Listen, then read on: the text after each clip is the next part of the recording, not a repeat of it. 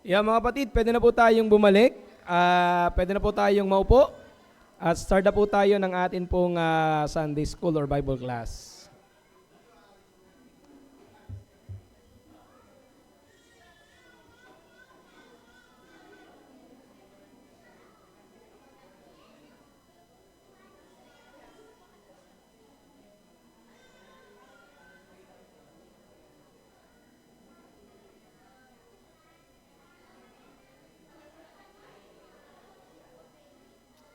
Sige po, hintayin lang natin makapasok lahat para tayo po yung makapagsimula na.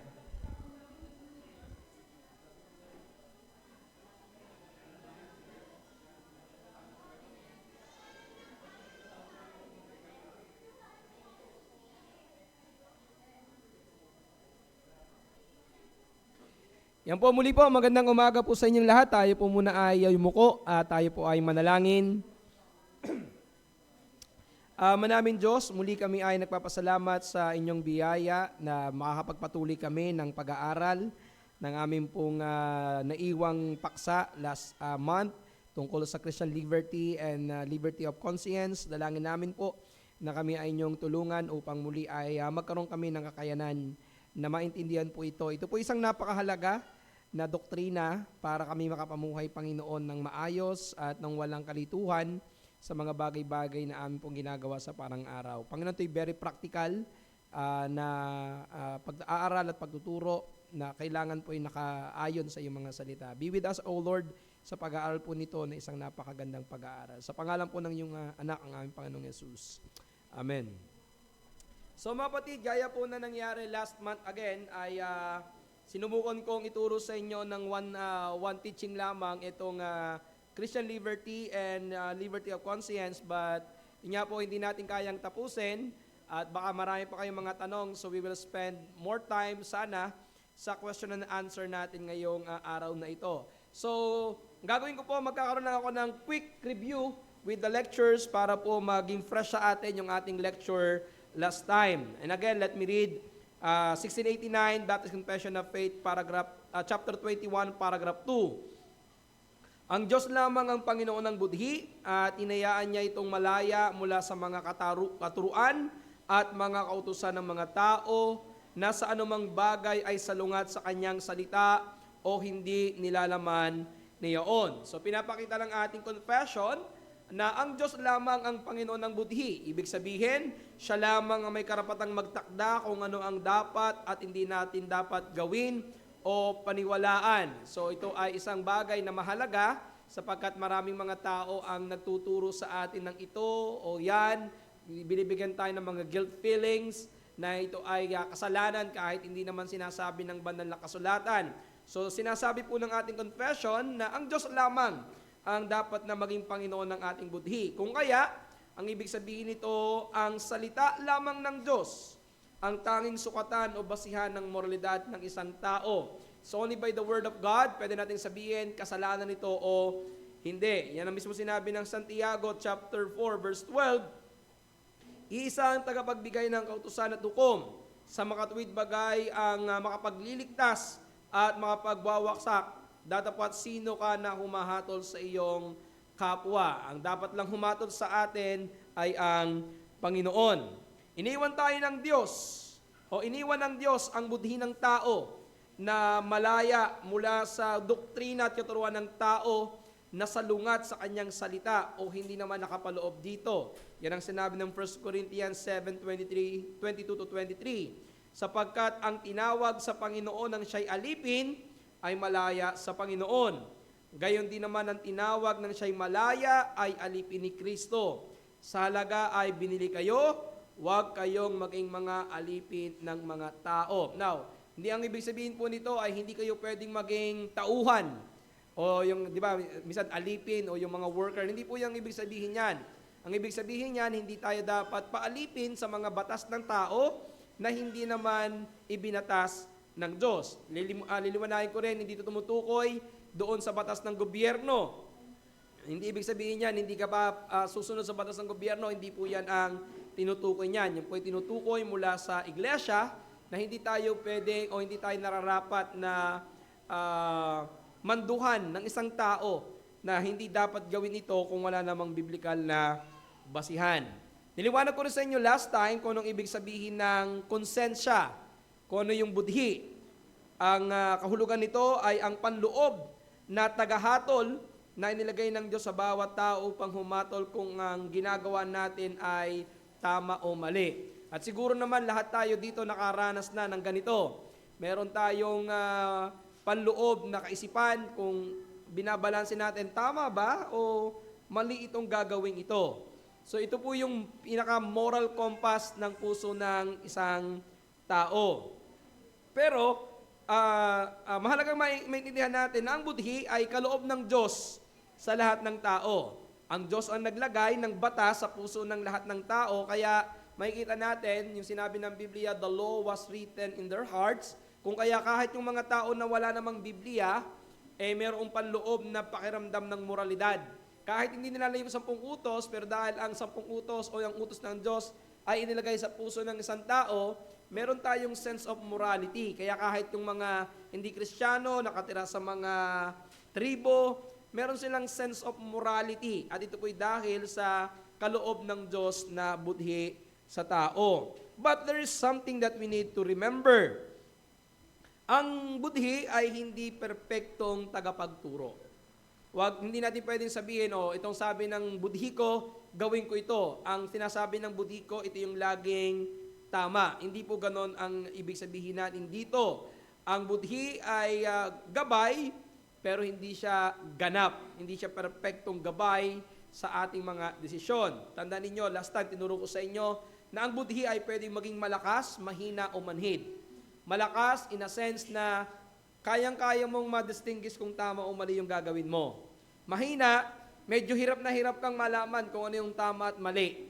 Pero yung mga taong manhid na, nakakiling na lamang sa masama. Wala na silang konsensya, hindi na nila nararamdaman yung guilt kahit na gumagawa sila ng kasalanan. Napakadelikado ng ganitong kalagayan ng tao, yung maging manhid ang kanyang konsensya sa moralidad. Pangalawa, ang binhi ng mga ang budhi ng mga mananampalataya ay dapat palaging iniingatan at pinapanatiling malinis, puro at mabuti sa magitan ng salita ng Diyos. Therefore, ang makapagbibigay sa atin ng tamang gabay para ang ating budhi ay gumabay sa atin ng tama ay walang iba kundi ang salita ng Diyos. Tandaan natin, dahil sa kasalanan, ang ating budhi ay naging makasalanan. Therefore, ang ating pagkiling ay laging nasa kasalanan. Sino ang maaring magbalik ng malinis na budhi? Ang Panginoon sa pamamagitan ng kaligtasan. At ang kanyang ibinigay sa atin ay ang banal na salita ng Diyos. So ang ating pong pinaka-dapat na tandaan para maging tama ang ating mga desisyon ay kailangan lagi tayong merong biblikal na basihan. So kung gusto ninyo na maging maayos yung inyong mga desisyon sa buhay, pagpili ng mga bagay-bagay sa mundong ito, kailangan laging meron kayong biblical foundation. Hindi pwedeng alisin ang Biblia sa desisyon natin, lalo na sa moralidad. Ngayon, ano naging problema natin? Yung pagbaluktot sa kalayaan ng Kristiyano. Ito naman ang sabi ng confession natin sa chapter 21, paragraph 3. Sila na sa pagpapanggap ng kalayaang Kristiyano ay gumagawa ng anumang kasalanan o nag-iingat sa puso ng anumang makasalanang pagnanasa.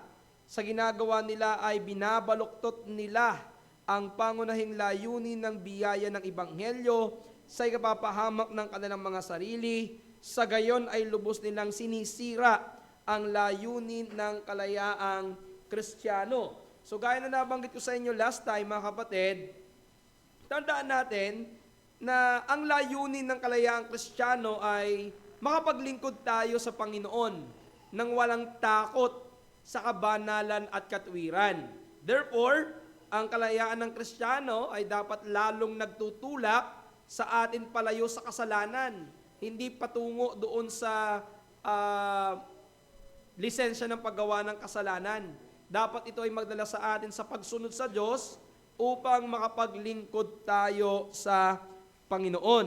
Kaya nga ang sabi sa atin ng Biblia, sa Romans 6:15 to 18, ano nga, magkakasala baga tayo?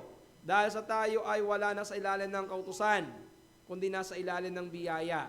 Sabi ni Pablo, huwag nawang mangyari. Hindi dahil kayo malaya na, dahil ikaw ay pinalaya sa kasalanan at sa kautusan, malaya kang gumawa ang gusto mong gawin. Hindi po, hindi tayo malayang magkasala. Hindi tayo dapat nananatili sa kasalanan.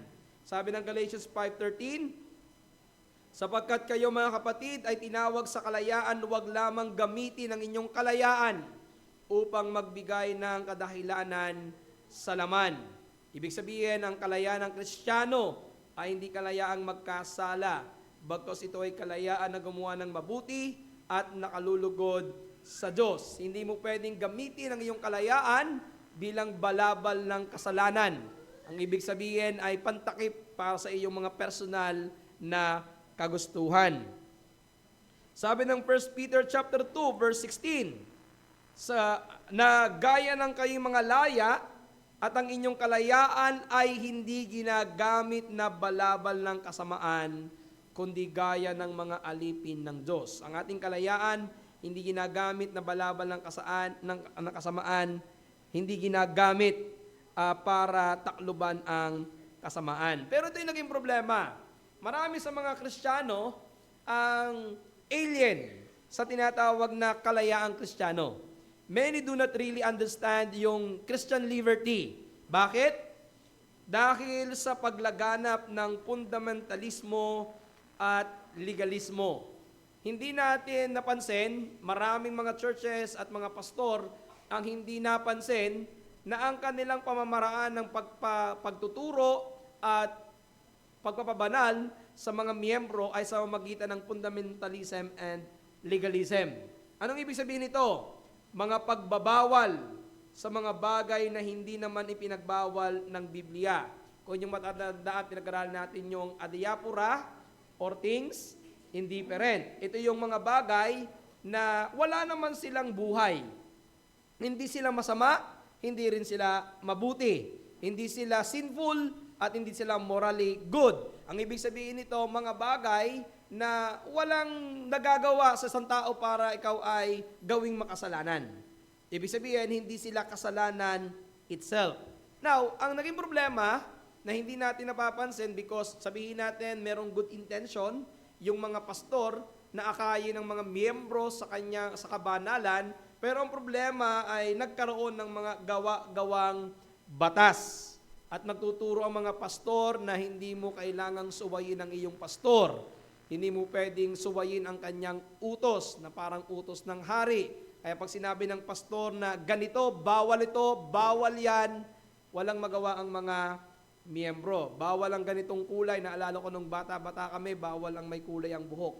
Kasi para ka daw hindi Kristiyano. Diba? Bawal kang ganito. Sa mga babae, bawal na bawal ang nakapantalon. Kasi ang pantalon ay panglalaki lamang.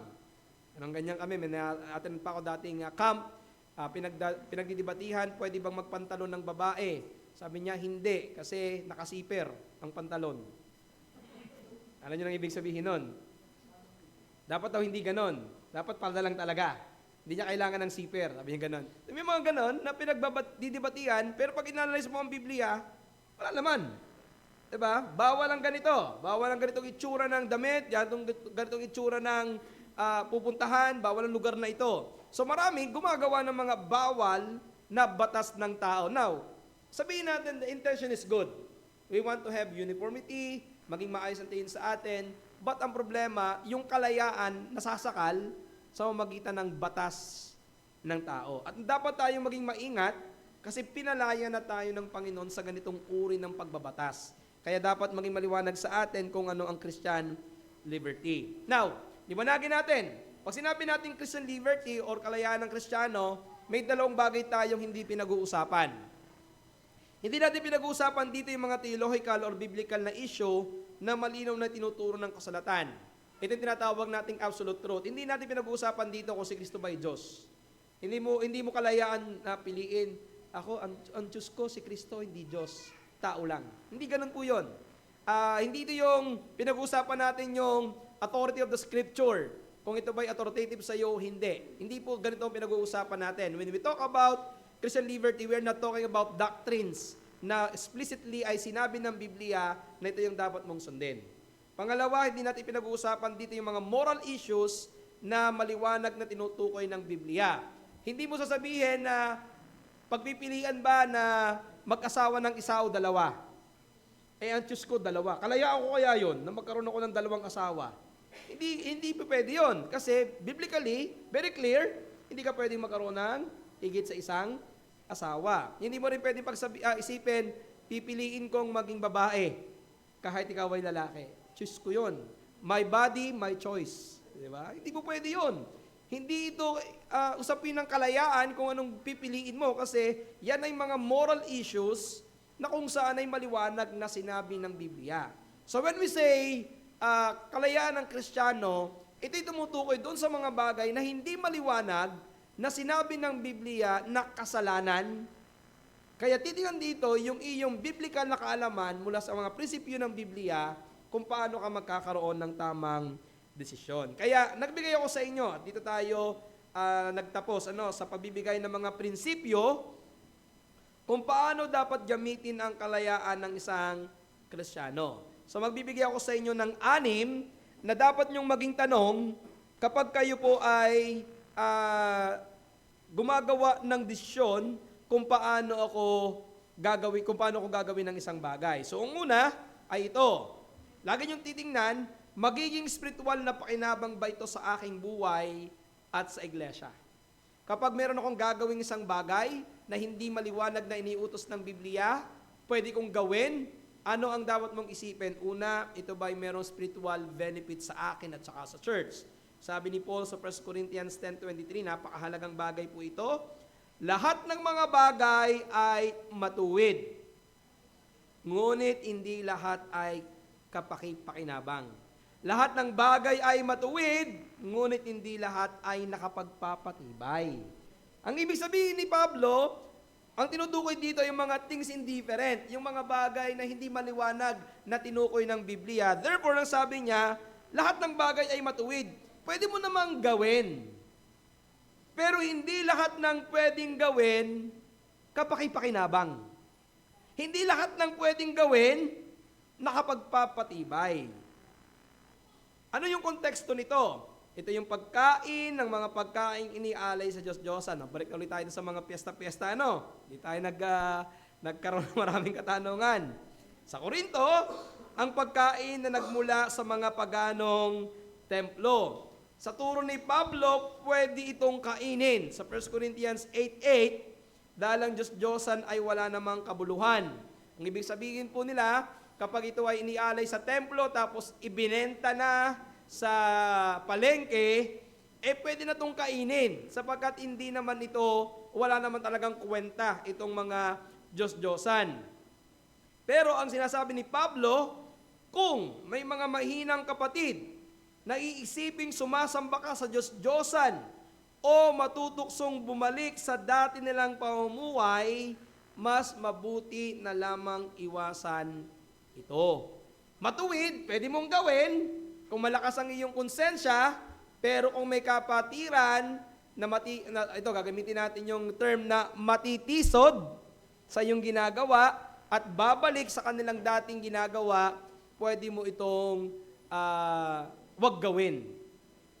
So kung hindi pakinabang sa iba, pwede mong hindi gawin. Hindi dahil kasalanan, kundi dahil hindi ito makakatulong sa iyo at sa iba.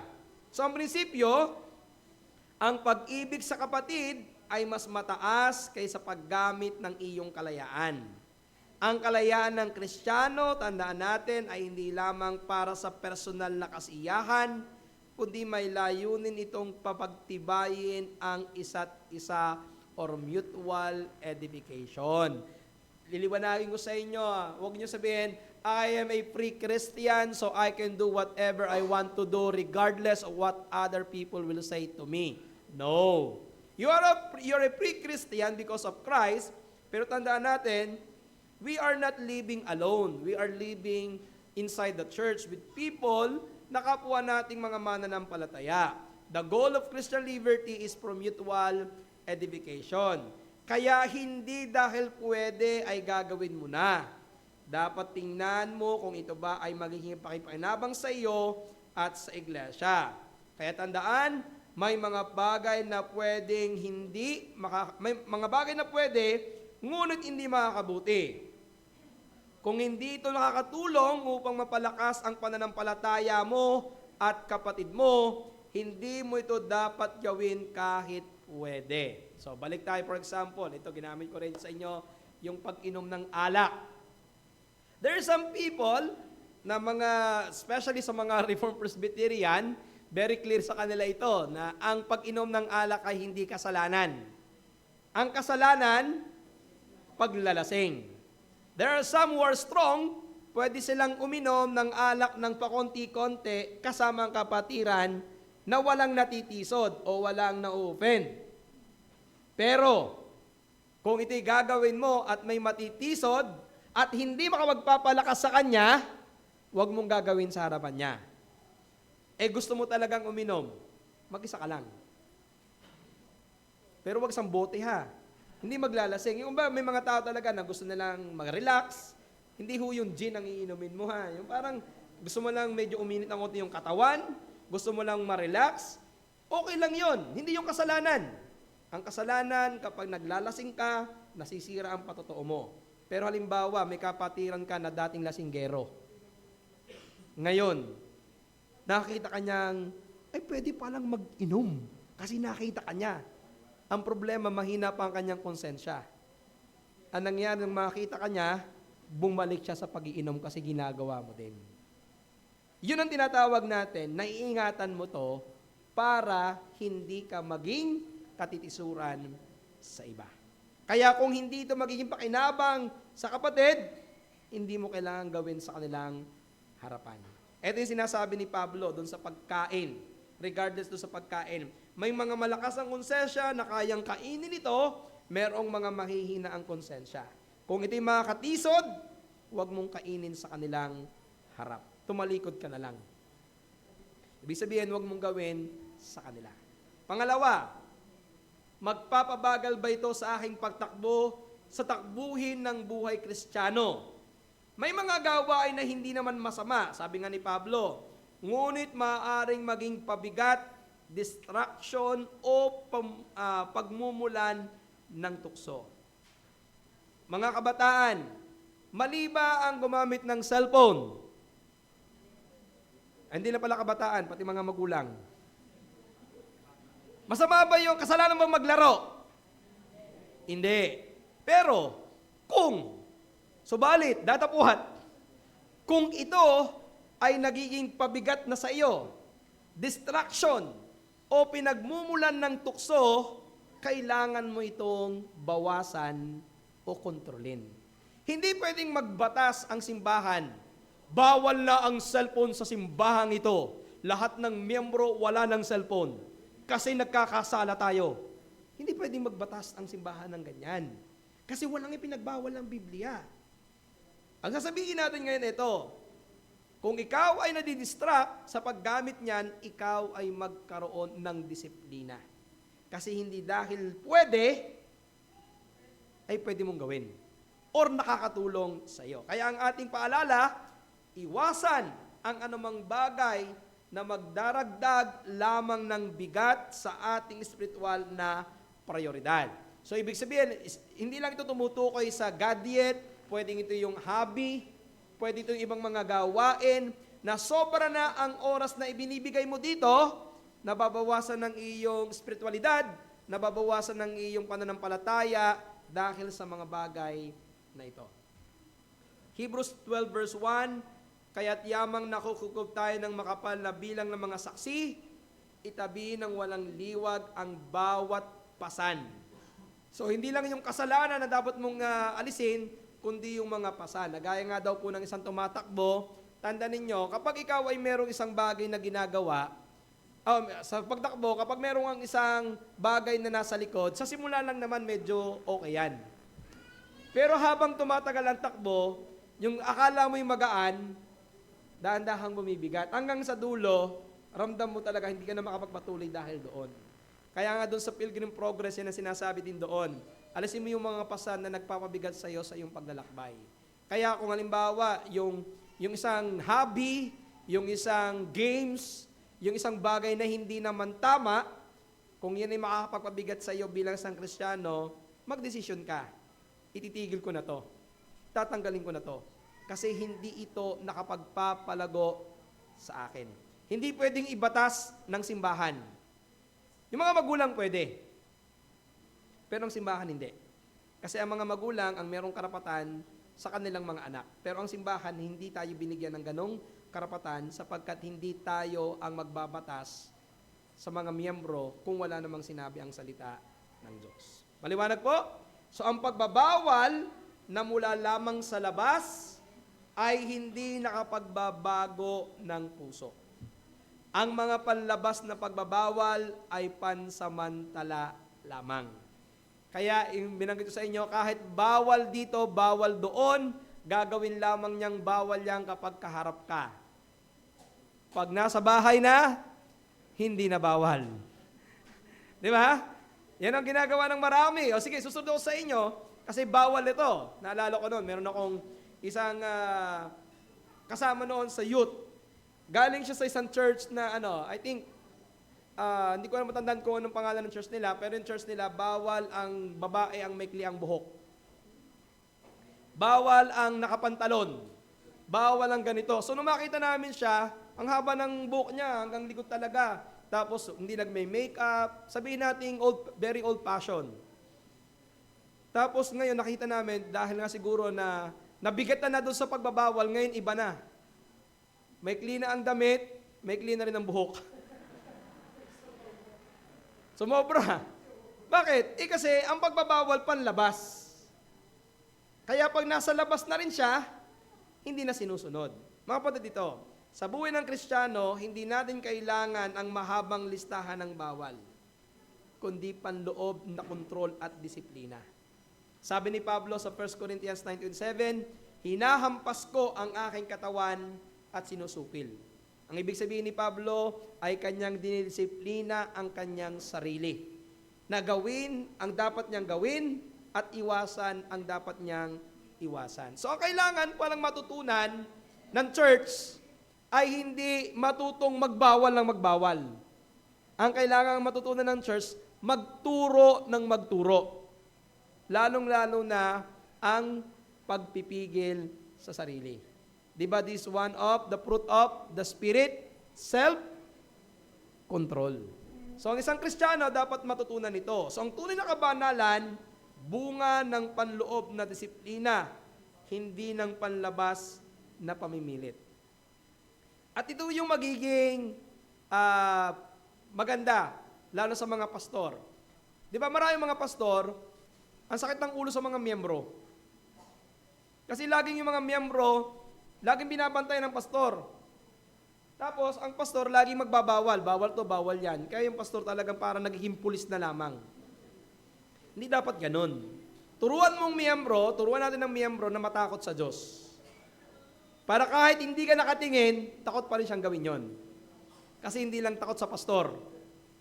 Takot sa Diyos. Nalala ko na ito. Kwento lang no ha. Nung babago pang mananampalataya ang aking ina, at yung aking pastor naman ay medyo stricto, so ang aking ina ay naninigarilyo. Pag wala po yung pastor namin, naninigarilyo.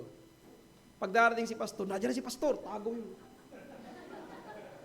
Yung sigarilyo po kasi, kumakapit yung kulay puti dito.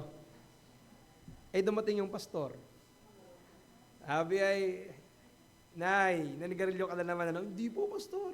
Yan nasa iyo, puti pa Minsan ganun di ba? Ang nangyayari, pinagbabawalan, pero hindi panloob yung reformation, yung pagbabago. Kaya pag wala ang pastor, para katulad niyan, pag wala ang pusa, naglalaro ang mga daga. Ituro po ng mga pastor at ng mga leader ang takot sa Diyos. Yung kabanalan mula sa salita ng Panginoon. Mapabawasan po ang sakit ng ulo ninyo. Hindi nyo kailangan maging pulis na laging nakabantay sa kanila. Na parang bawat kibot nila ay inyong sasaway at pagbabawalan. Turuan nyo silang matakot sa Diyos. Turuan nyo silang mamuhay ng merong kabanalan sa harapan ng Diyos. Pangatlo, posible ba akong mapasailalim sa pagkaalipin nito? Yung bang ginagawa mo, ay pwedeng maging dahilan para maging alipin ka niyan. 1 Corinthians 6:12, ang lahat ng bagay sa akin ay matuwid, ngunit hindi ang lahat ay nararapat. Ang lahat ng bagay sa akin ay matuwid, ngunit hindi ako pasasakop sa kapangyarihan ng anuman. Ang ibig sabihin, again, hindi lahat ng pinapayagan ay nakakabuti.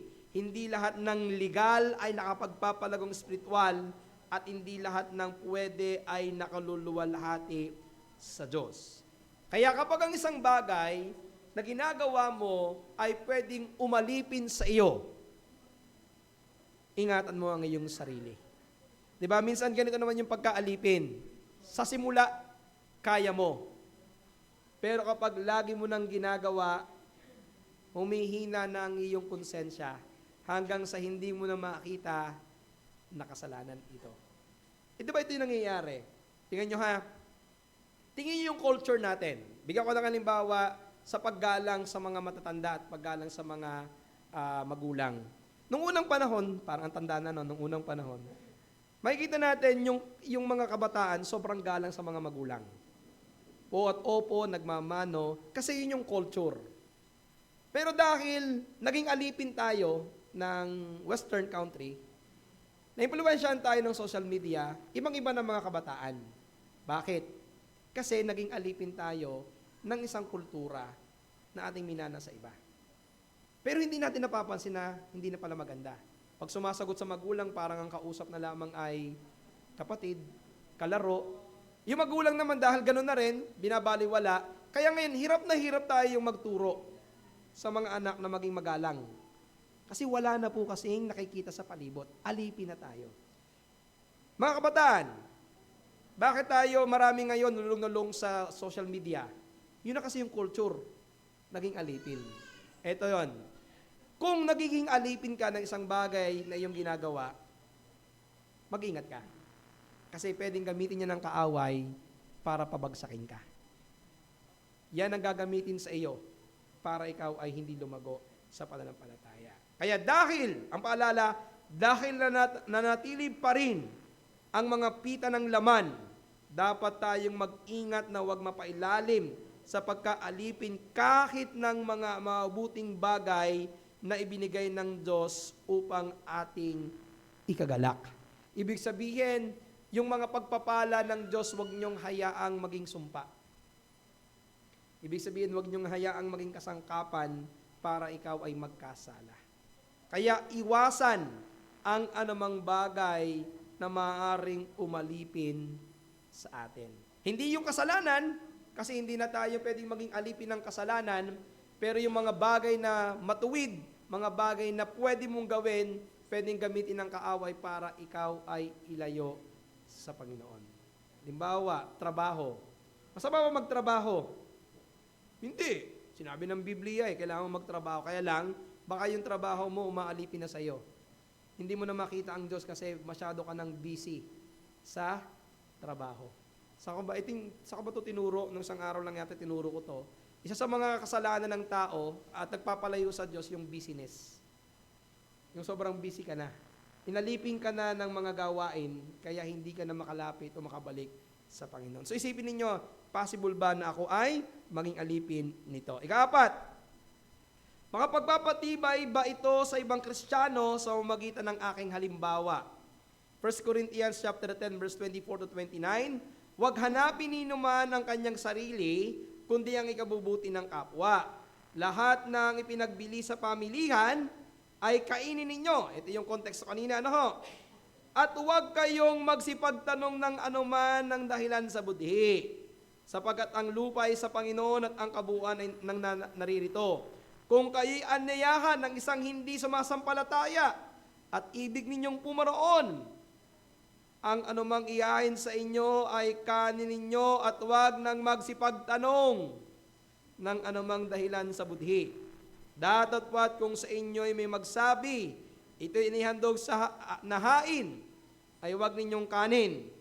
Dahilan doon sa nagpapahayag at dahilan sa budhi. Budhi, sinasabi ko, hindi ang inyong sarili, kundi ang sa iba. Sapagkat bakit hahatulan ang kalayaan ng budhi ng iba? So ito yung binanggit ko sa inyo. Kapag may nakanyaya sa inyo at naghain, huwag ka nang magtanong. Ipag-pray mo na lang kumain ka na. Huwag mo nang itanong, inihanda ba ito sa Diyos-Diyosan o hindi? Pag hinailang ka, basta ito ay pinag-pray mo, lilinisin ng Panginoon. Pero sabi ni Pablo, pag sinabi sa iyo, kainin mo to, pero ito inihanda namin sa mga Diyos-Diyosan. Huwag mo ito kainin. Huwag mo kainin sapagkat ito ay magiging kahinaan para sa iyo, magkakasala ka dito, at sa budhi noong mga nagbigay sa iyo. Kaya, ang kalayaan ng Kristiyano ay laging pinamumunuan ng pag-ibig sa kapwa at ng ikabubuti ng iba, hindi ng pansariling karapatan lamang. Again, hindi dahil gusto mo ay pwede mo nang gawin.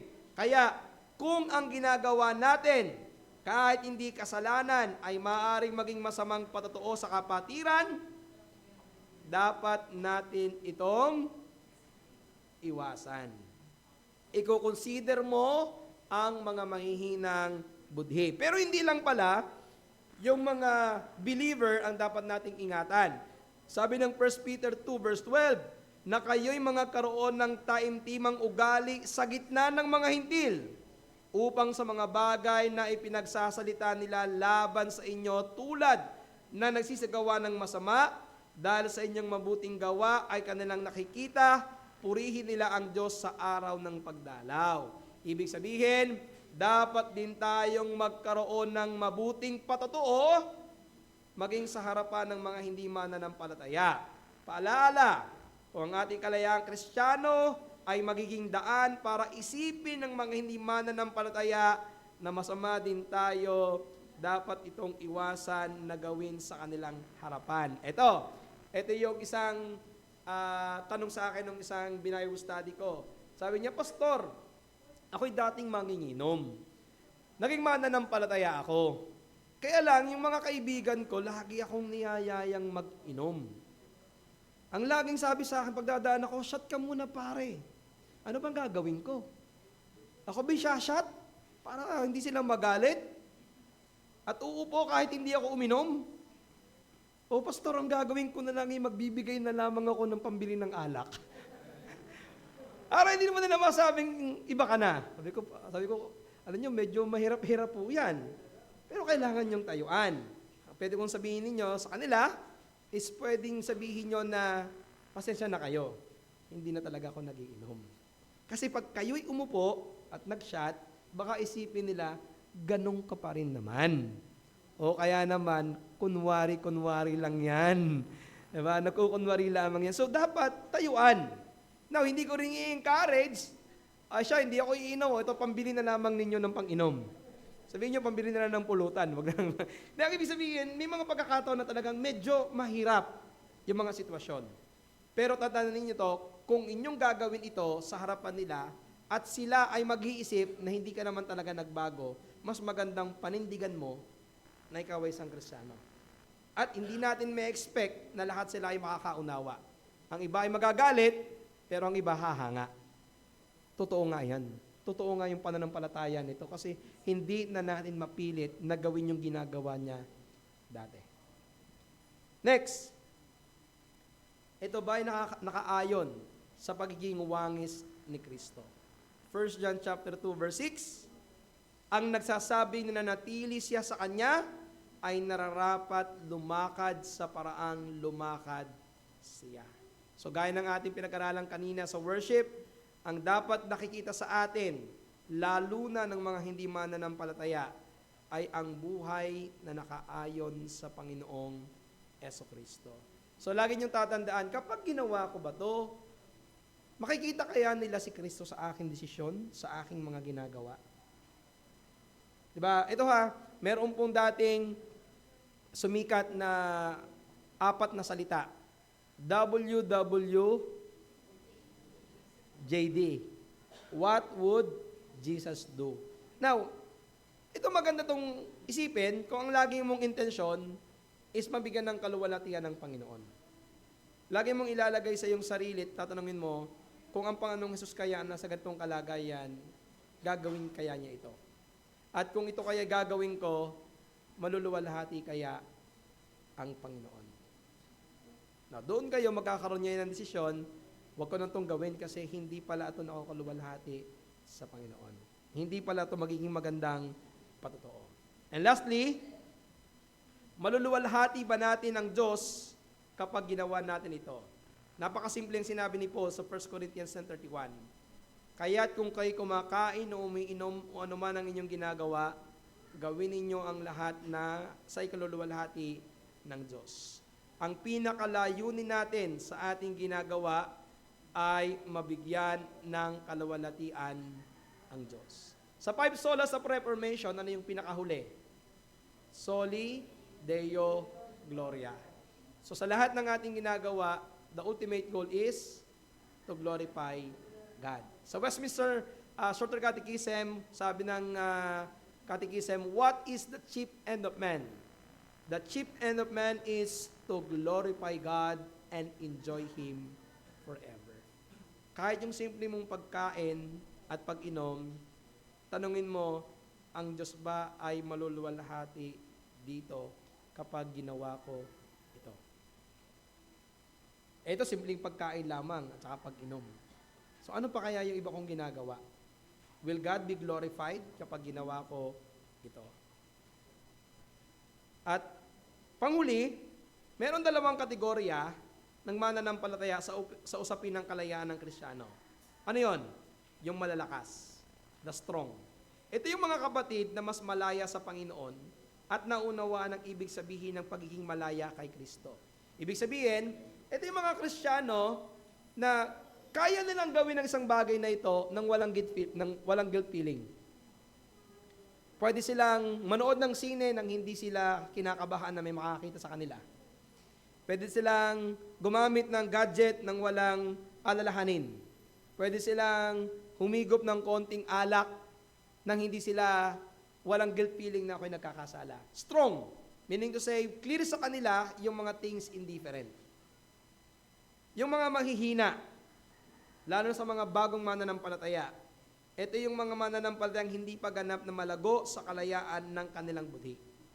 Ibig sabihin, ito yung madali pong pag nakita, naku, yung kapatid na yun, napaka-karnal naman nun. Diba?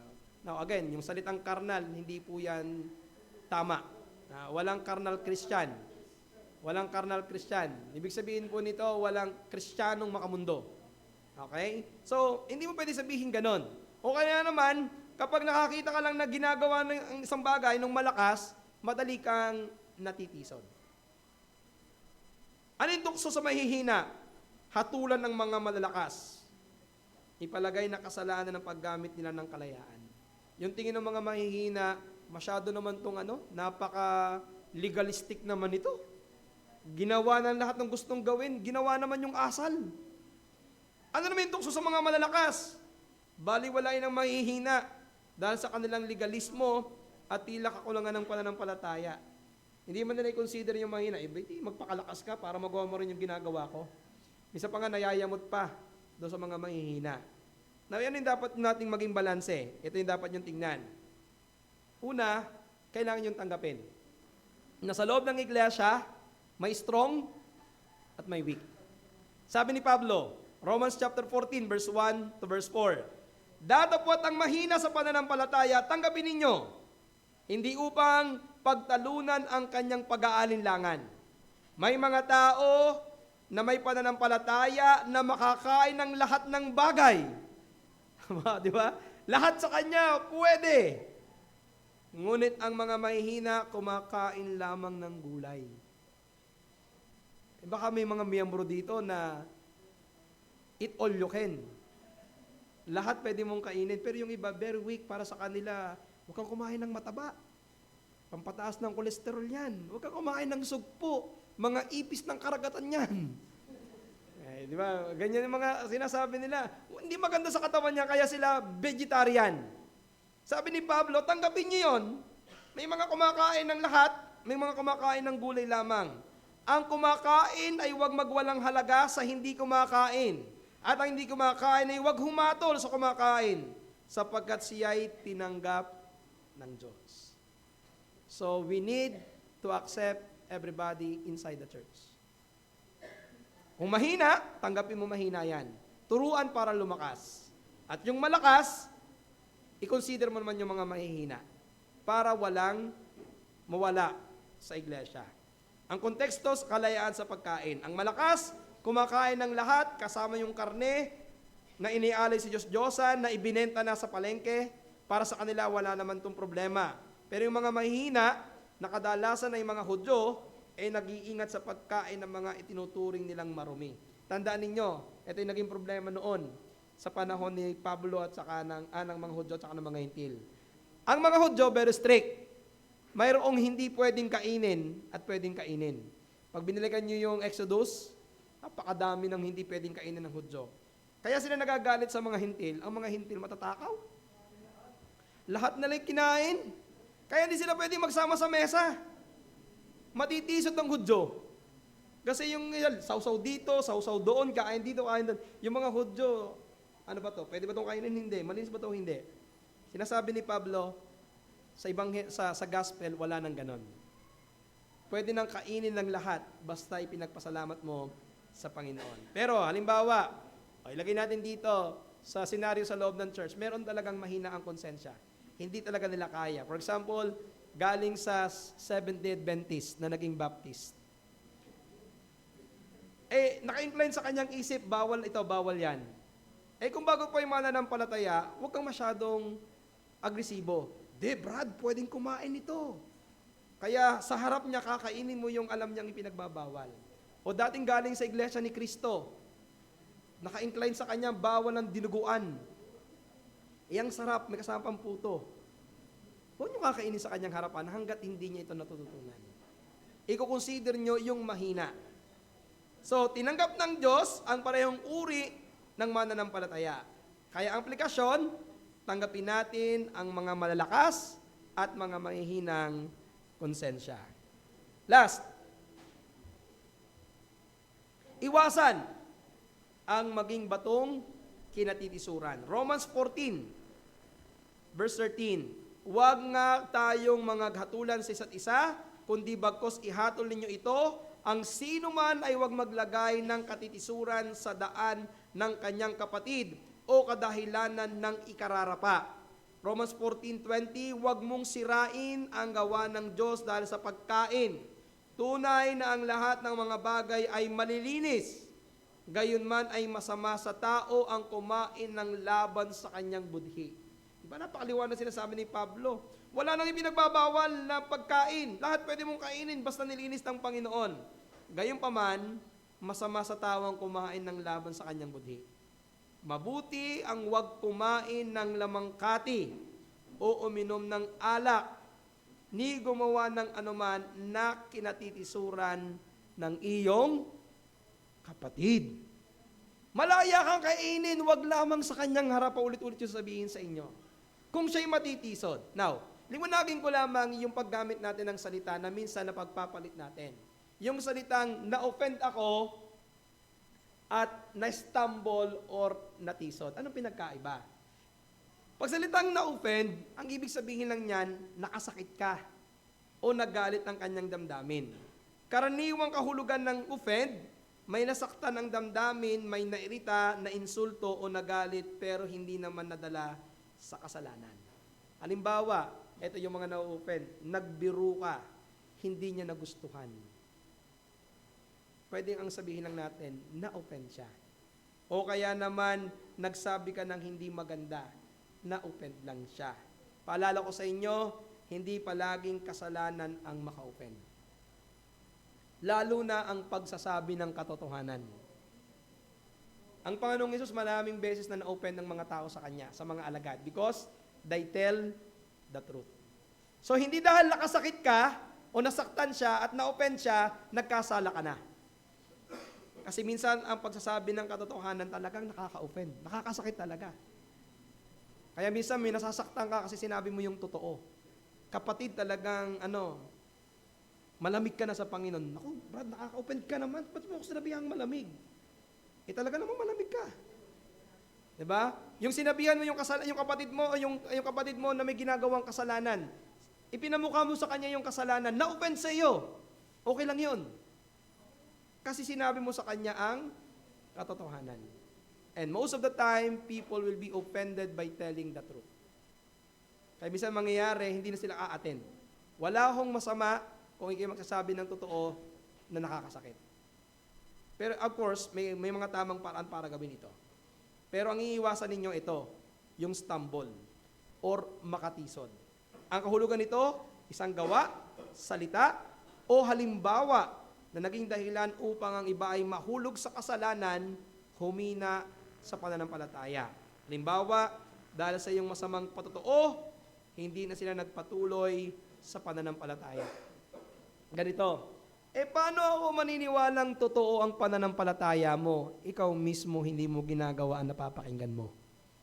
So dahil sa halimbawa mo, hindi na rin siya nagpatuloy sa pananampalataya. Isang bagay na di niya ginagawa, pero noong ginawa mong kasama siya, napilitan siyang gawin kahit labag sa kanyang konsensya. Yung paulit-ulit na sinasabi natin, yung kay Pablo, alam niyang bawal kumain ng pagkain ito, pero kinain mo sa kanyang harapan. Napapahiya siya sa iyo, kaya kinain din niya ng labag sa kanyang konsensya. Natisod siya. Humina ang kanyang pananampalataya dahil sa iyong ginawa. Ito po ang iingatan natin. Dahil ito ay mas seryosong babala sa Biblia.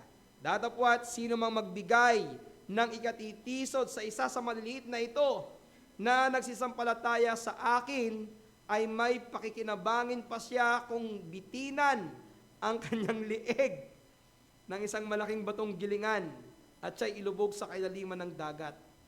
Parang salvage, no? Ito yung ginagawa dati, di ba? Yung pag may mga masamang tao, nilalagyan na lamang ng bato at pinalulubog sa dagat. Now, hindi nagtuturo si Pablo dito ng salvage, ha? Ang sinasabi niya dito yung bigat ng pagkatisod. Iwasan mo na maging batong katitisuran sa kapatiran. Romans 14 verse 13, huwag maglagay ng katitisuran sa daan ng kanyang kapatid o kadahilanan ng ikararapa. Huwag silang madapa ng dahil sa iyo. Kaya bilang konklusyon, ang kalayaan ng Kristiyano ay isang bagay ng pagpapalaya sa kasalanan at kautusan upang malaya tayong makasunod ng may kagalakan sa katuwiran at kabanalan ng Diyos. Ang kalayaan ng Kristiyano ay dapat ikagalak ng mga Kristiyano at palaging gamitin sa ultimo nitong layunin, maluwalhati ang Diyos. Any question po? Or any comment? Sige po, nanay.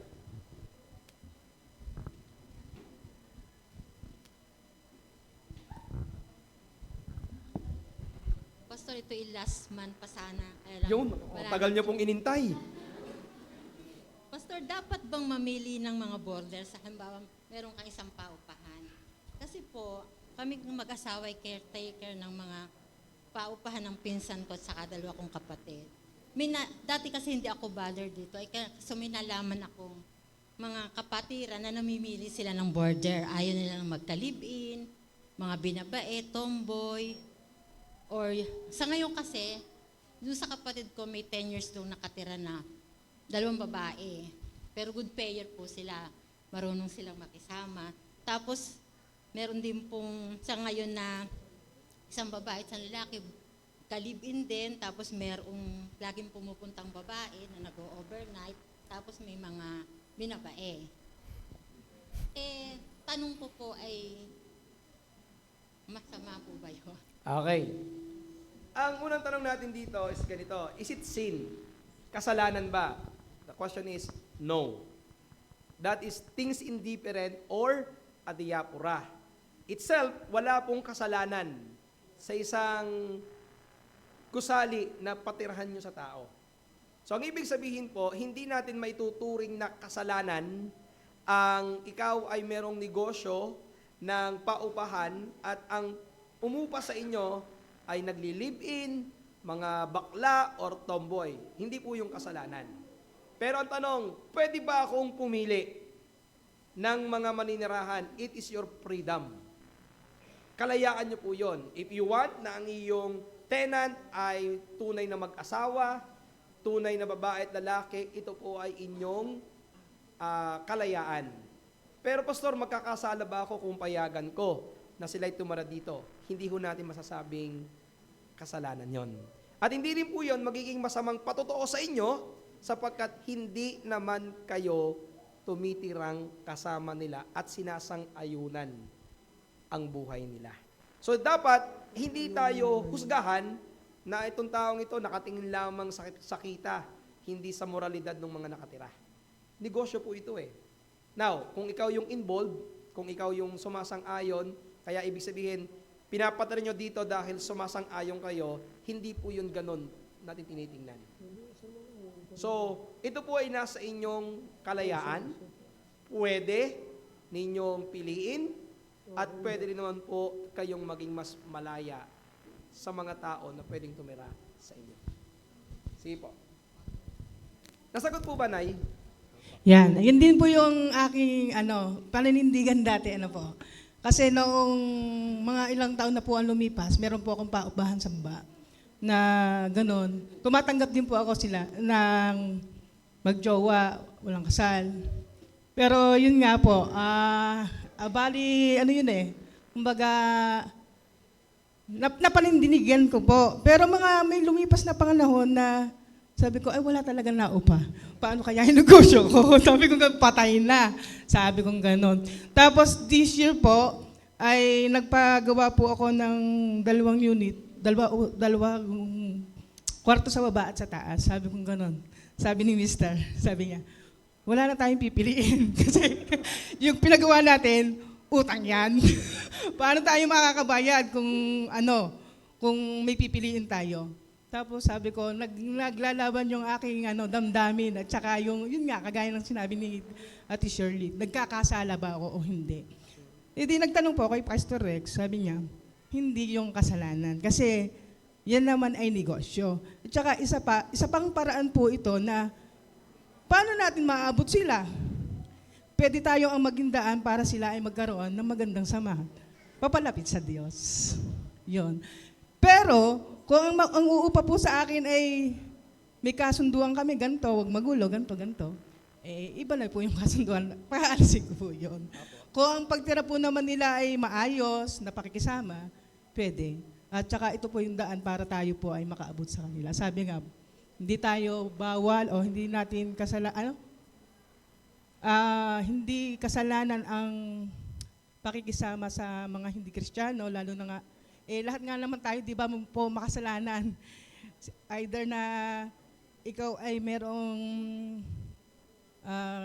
kasamang asawa na talagang ligat, tapos may ginagawa ng kasalanan, parehas lang yon sa iba na magkasama na hindi kasalan po. Kaya kumbaga, ito po yung daan para tayo makaabot. Hindi ka kasalanan. Malinaw po ngayon sa akin na hindi yung kasalanan. Apo, ang iwasan lang po natin mga kapatid dyan ito, halimbawa, meron tao na very strong na kaya nilang panindigan at merong weak.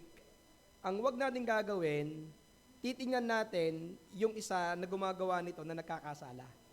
Kapatid, nagkakasala ka kasi ako hindi ko ginagawa. Yan yung ginagawa mo. Nagkakasala ka. Hindi mo ipapattern ang pagkakasala ng dahil sa iyong obedience. Kasi pag binalikan natin ng Biblia, anong sinasabi ng Biblia? Wala naman eh. So, nasa kalayaan ito ng isang Kristiyano na gawin ang bagay na ito.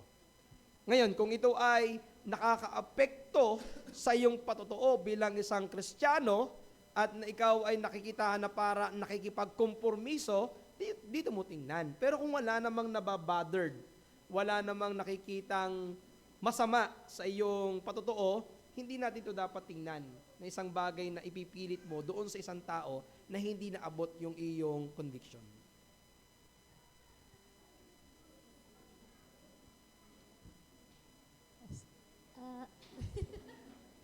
Anong yan? Mukhang nahilo ka ate sa ating pinag-aralan ha. Yeah. Pastor, yung tanong ko patungkol doon sa pagkatisod. Applicable po ba ito sa hindi mananampalataya? Kasi kanina nagkukwento kami mag-asawa, meron siyang katrabaho na iglesia. Hindi siya kumakain ng dinuguan kasi kasama niya yung katrabaho na iglesia. Tapos isa pa pong tanong, last month pa rin po ito.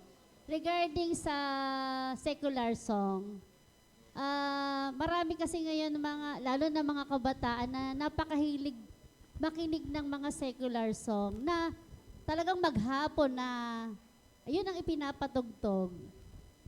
Okay po ba yun na, kasi hindi ko mo naririnig na nagpapatugtog ng Christian song. Puro secular, sinasaulo pa at sinasabayan pa sa pagkanta. Okay po ba yun? Okay, sige po. Thank you Okay, po.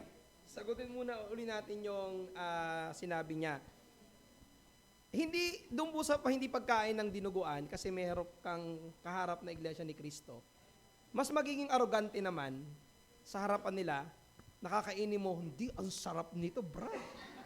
Hindi ka magiging magandang testimonya sa kanya. So, bilang pagkilala na siya isang hindi mananampalataya, at baka yung iyong pagiging considerate ay makita niyang mabuti, na makita niya ito bilang kabutihan ng Diyos, at isipin niyang maganda talaga ang pananampalataya nito kasi alam niyang hindi pwede sa akin at pwede sa kanya pero hindi niya kinakain sa harap ko. So, hindi mo yung gagawin dahil kasalanan kumain, kundi ayaw mong magiging masama kang patotoo dito. So, hindi ibig sabihin hindi ka nakakain. Huwag ka lang kumain na kasama siya. Kainin mo to na hindi sila kasama. Yung po'y pag-iingat ng patotoo para yung goodness of God will turn them to repentance. Pangalawa, magandang tanong yan sa mga kabataan. Kasalanan po ba ang makinig ng secular song o ng mga kantang hindi Christian? Hindi. Hindi siya kasalanan. Pero, ulitin natin, hindi lahat ng pwede pakinabang.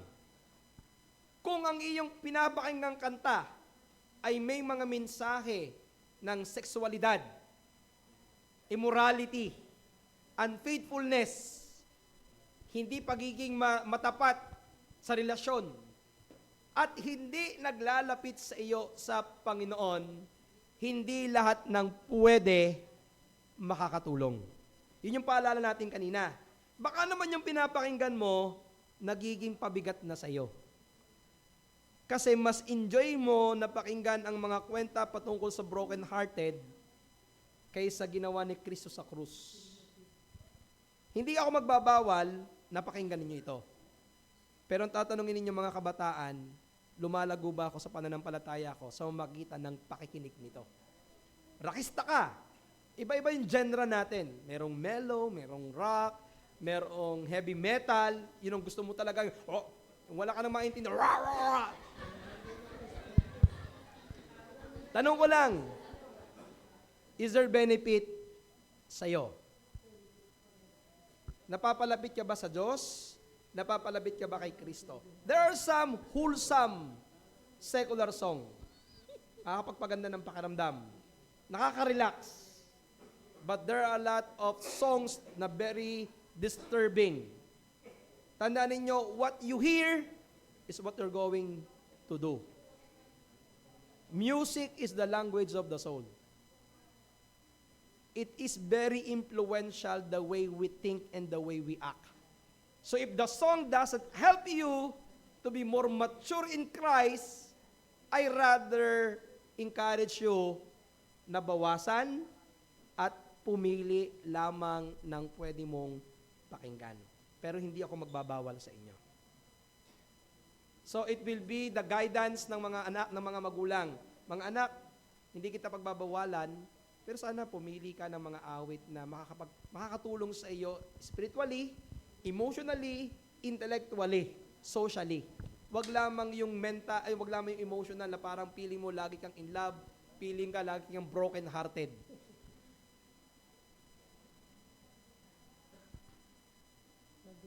Sige po. Sama na natin. Pwede ba kumanta sa video? Okay. The same with it. Malaya, wala namang kantang kasalanan. Pero piliin nyo lang, kapag kakanta ka ba, nakakatulong ba sa iyo? Sa kapatiran? Matutuwa ba sila sa iyo, mayayamot sa iyo? Kasi yung kinakanta mo, hindi na maganda, pati boss mo, hindi pa rin maganda. Ingay hindi music. Sige po. Bali, may dala po akong tanong. Masama po ba yung mag-a-apply ka ng trabaho sa paggawaan ng alak at saka sa sigarilyo? Pangalawa, okay lang po ba magtinda ng sigarilyo at alak sa tindahan pag ikisa kang mananampalataya? Kasi kami po wala kami tindang alak at saka sigarilyo eh. Okay. Again. Yan na, lumalabas na yung mga tanong. Pastor, kasalanan ba magtrabaho? Hindi. Doon ako nakahanap ng trabaho na gagawa ko ng sigarilyo at gagawa ko ng alak. Tanong, kasalanan ba ang sigarilyo? Hindi. Kasalanan ba ang alak? Hindi. Pero ang tanong ito, kapag ikaw ba ay nagtrabaho, sa trabahong ito, maluluwalhati ba ang Panginoon sa ginagawa mo? Una, ikaw ang sumagot dyan. Pangalawa, maganda bang magiging testimonya sa isang Kristiyano na pag tinanong ka, saan ka nagtatrabaho? Ay doon sa San Miguel Beer. Kami yung nagtitimpla ng alak. Diba? Pag tinanong ka,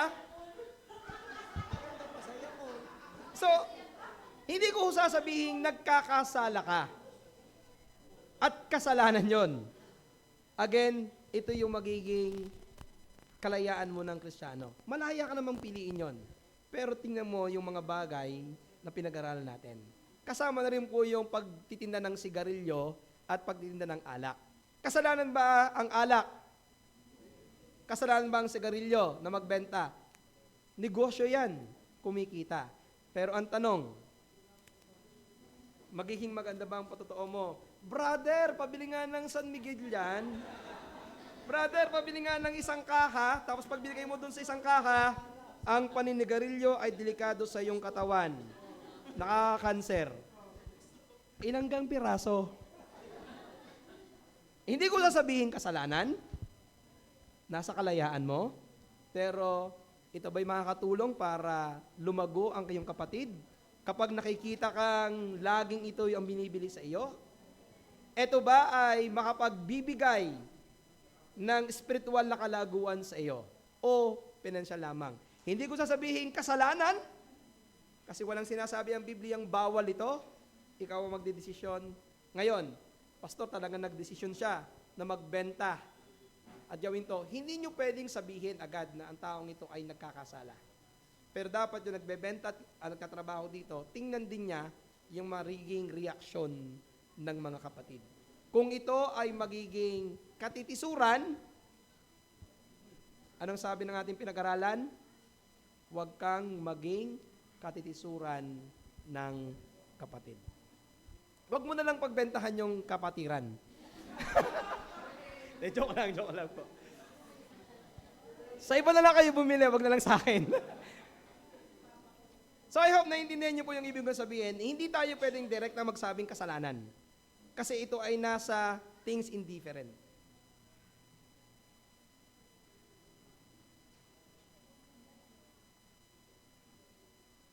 Sige po, question po. Sige po, Brad. Lampas lang po tayo ng konti. Sabi ni Deacon kanina ay alas 10 lang 10:08 na. Tuwad lang po sa question ni Kuya Jeremy. Kasi tinanong ko na rin kay Pastor Rection before during our CCI sessions. Kasi po ako po ay nakatrabaho sa isang aviation company which is engaged po sa mga missiles and defense system. So more on 60% po ng mga client namin ay sa US government. Kaya nung nagkaroon po ng conflict sa Iran and US, so most likely mataas po yung demand. Kaya and then yung mga ginagawa po naming aircraft, sila mga carrier po ng mga ammunition, ng mga missiles, so yun po. May dala ka dyan, Brad? Wala naman. Ito po, Brad, ganun din. Yung missile, hindi ito intended para pumatay eh. It can be used to protect. Di ba? Ito yung intention para protektahan ng isang bansa, protektahan ng ang mamamayan. Hindi ito intended talaga to destroy yung wala man lamang kamalay-malay.